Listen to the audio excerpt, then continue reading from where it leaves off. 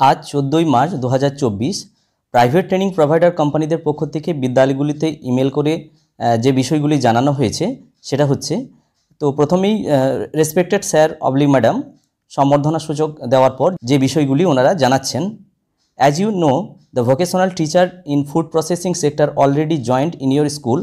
তো already food প্রসেসিংয়ের teacher যোগদান করেছে আপনার স্কুলে, এবং 1 ডিসেম্বর 2023 যে ওয়ার্ক অর্ডার বেরিয়েছিল প্রাইভেট ট্রেনিং প্রোভাইডারদের পক্ষ থেকে, তো সেখানে 81 নম্বর পেজে যেটা বলা হচ্ছে যে বিদ্যালয় প্রধানকে প্রজেক্ট কোঅর্ডিনেটর হিসাবে, অর্থাৎ ভোকেশনাল কোর্সের প্রজেক্ট কোঅর্ডিনেটর হিসাবে ওনাকে প্রতি মাসে 1000 টাকা করে অনারিয়াম দেওয়া হবে, এটা বলা হচ্ছে।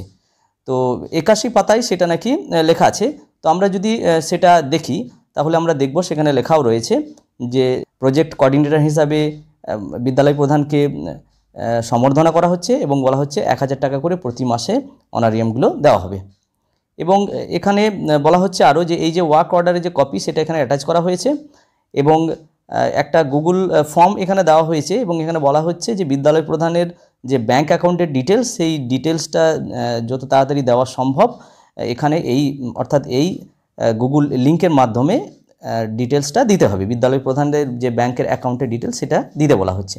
এবং আরও বলা হচ্ছে ক্লাস 9-এর 40 জন এনরোল্ড স্টুডেন্ট যেন আমরা দিতে পারি এই ফুড প্রসেসিং বা যে স্কুলের যে সেক্টর থাকবে সেই সেক্টরের জন্য।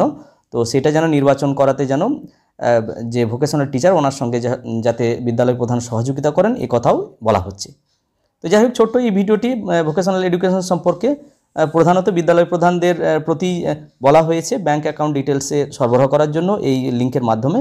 তো এটা আমি শেয়ার করার চেষ্টা করলাম। যদি ভিডিওটি ভালো লাগে তাহলে লাইক, শেয়ার এবং কমেন্ট করা যেতে পারে, এবং চ্যানেলে যদি সাবস্ক্রাইব না থাকে তাহলে অবশ্যই চ্যানেলটি সাবস্ক্রাইব করে রাখা যেতে পারে। সবাই ভালো থাকুন, সুস্থ থাকুন, ধন্যবাদ।